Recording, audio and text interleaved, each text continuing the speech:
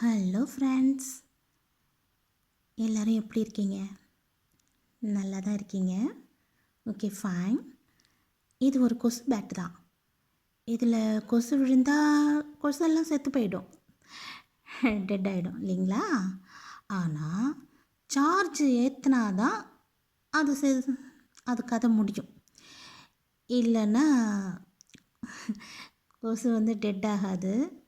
நான் சும்மா ஒரு காமெடி பண்ணுறேன்னு நினச்சிக்காதீங்க.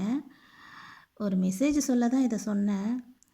அதே போல் தான் நம்மளுடைய பாவங்கள்ன்ற சார்ஜு ஃபுல்லாக இருந்ததுன்னா, நம்ம நேரம் சரியில்லாதப்போ கொசு எப்படி பட்டு பட்டுன்னு டெட் ஆகுதோ அதே மாதிரி தான் நம்ம நிலைமையும். அதனால் பாவங்கள் நம்மக்கிட்ட சேராமல் பார்த்துக்கணும். அதுக்கு என்ன செய்யணும்? யாருக்கும் நம்மளால் பிரச்சனைகள் இருக்கவே கூடாது. யார் மேலேயும் கோபத்தை காமிக்கக்கூடாது. யாரையும் துன்புறுத்தணும்னு நினைக்கக்கூடாது. நல்லதையே நினைப்போம்.